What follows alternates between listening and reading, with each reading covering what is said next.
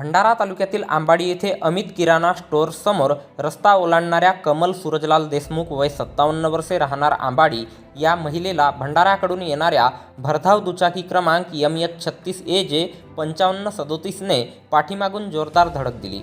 3 फेब्रुवारीच्या रात्री 8:30 वाजता घडलेल्या या अपघातात महिलेच्या डोक्याला आणि पायाला गंभीर इजा झाली। घटनेची माहिती मिळताच रुग्णवाहिका दक्षता अधिकारी शहारे यांच्या सूचनेनुसार जगद्गुरू रामानंदाचार्य नरेंद्राचार्यजी महाराज नानिजधाम यांच्या प्रेरणेतून मोफत सेवा देणारी रुग्णवाहिका तात्काळ घटनास्थळी पोहोचली आणि रुग्णवाहिका चालक प्रमोद मोहतुरे यांच्या मदतीने जखमी महिलेला तातडीने भंडारा येथील व्यास हॉस्पिटलमध्ये दाखल केले। वेळेवर उपचार मिळाल्याने महिलेचे प्राण वाचले आहेत। सध्या तिच्यावर उपचार सुरू आहेत।